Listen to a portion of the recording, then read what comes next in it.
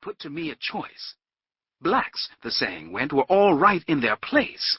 But what was the place of such a man, and of the people from which he sprung?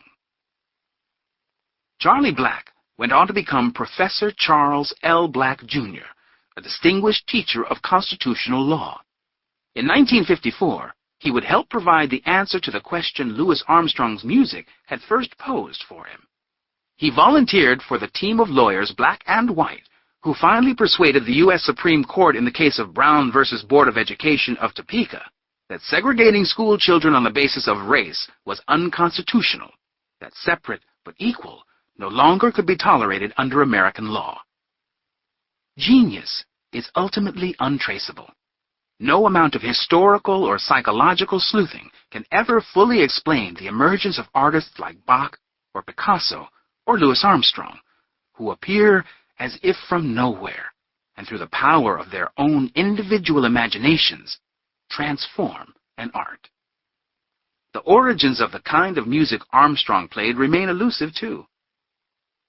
Jazz music belongs to all Americans, has come to be seen by the rest of the world as the symbol of all that is best about us, but it was created by people routinely denied the most basic benefits of being American.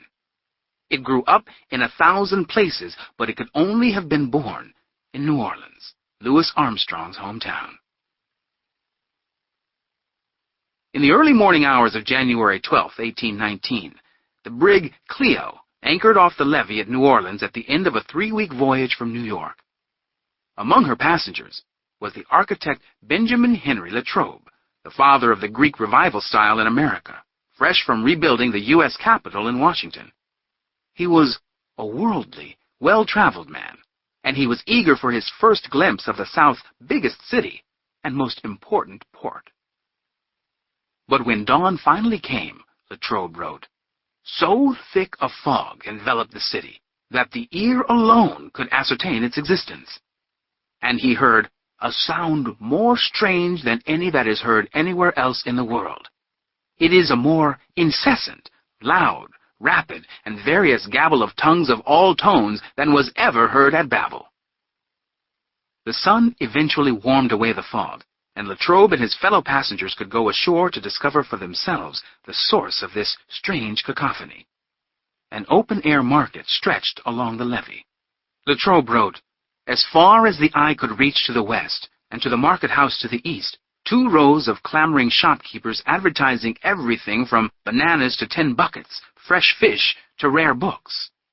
Latrobe continued, white men and women, and of all hues of brown, and of all classes of faces, from round Yankees to grizzly and lean Spaniards, black Negroes and Negresses, filthy Indians half-naked, mulattoes, curly and straight-haired, quadroons of all shades, long-haired and frizzled, the women dressed in the most flaring yellow and scarlet gowns, the men capped and hatted.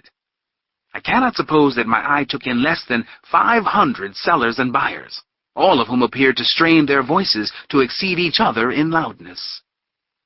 In fact, New Orleans was the most cosmopolitan city in the country, perhaps the world.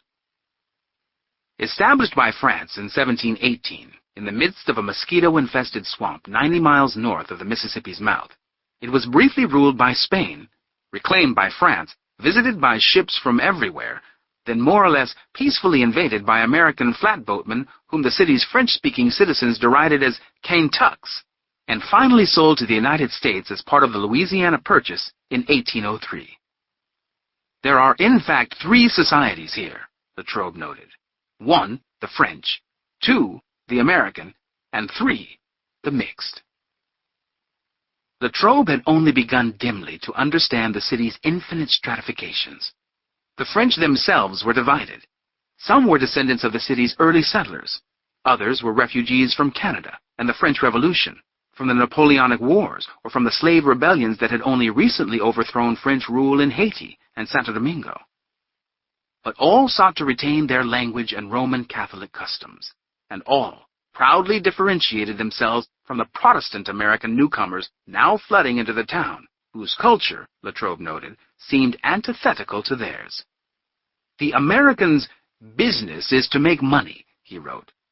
They are in an eternal bustle. To keep listening to this audiobook for free, click the link in the description. It will take you to a free Audible trial where you can listen to this and many other books for free for 30 days.